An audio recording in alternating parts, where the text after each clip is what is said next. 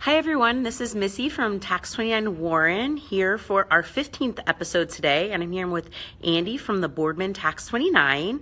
And today our question is covering healthcare and how it impacts taxes. So a lot of people have questions regarding the Affordable Care Act, and it came into effect a few years back, but people are still wondering, how does it impact my taxes? So Andy, what do you have to say about that?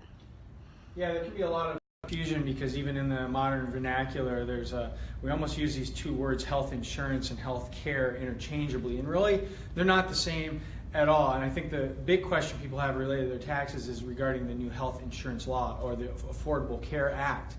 And do they have to pay the penalty? Do they have to fulfill this individual mandate to have health insurance? And then what do I do if I'm on Obamacare? And we'll try to answer those questions. The first one is the mandate. You have to have health insurance. And that's been a little bit confusion. There's been an executive order passed in the past year, some things. As of right now, you still are supposed to have health insurance. If you don't have it, you're subject to the penalty, which could run as high as 2.5% of your adjusted gross income or modified adjusted gross income. And so that could be a pretty steep penalty for many taxpayers. If you have health insurance, you should be getting a Form 1095 that verifies it, either through your employer or your self-insurance that you're paying, and that will come on a Form 1095B or 1095C. And then there's a subsection of taxpayers that get the 1095A form because they're getting health insurance through the marketplace.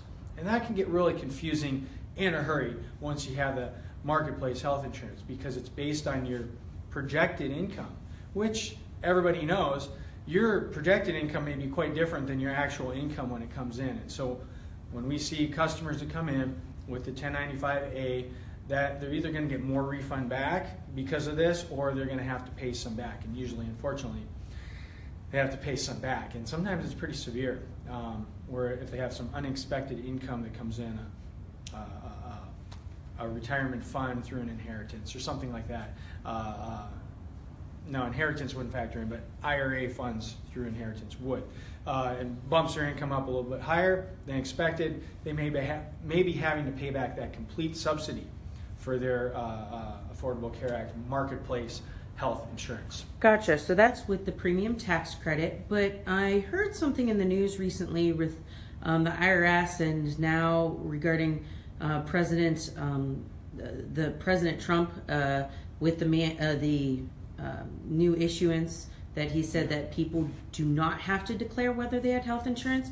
Tell me a little bit more about that. Well, that happened mid-tax season. We got a directive from the IRS that said taxpayers no longer have to reveal whether or not they had health insurance. Now, the law remained in effect and they could still be subject to that penalty later on, but they could in essence say, I don't really want to report whether I had health insurance or not. And then they would set the penalty to zero, and then they may or may not have to pay that penalty later. Well, most people didn't want to pay that penalty up front, but the law still is the law, and it hasn't been repealed yet, and as it is right now, that penalty is still on the books. Now, that may change by next week. We don't know, things are changing rapidly, and so it's hard to say, but as of now, if you don't have health insurance, you could be subject to the penalty, and I'll leave it at that. Mm-hmm. And they might look into your return, so... Perhaps. Perhaps.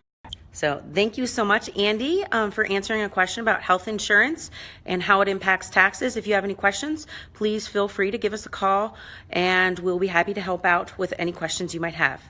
Thank you. Have a great day. Bye.